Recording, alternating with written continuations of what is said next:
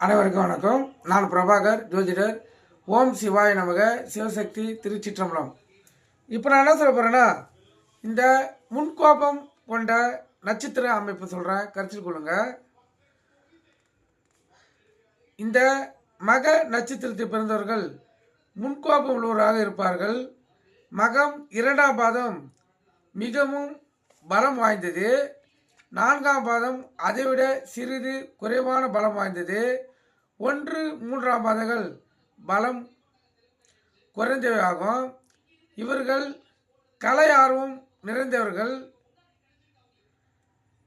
கலை ஆர்வத்தால் வாழ்க்கையில் முக்கியமான விஷயங்களை தியாகம் செய்வார்கள்.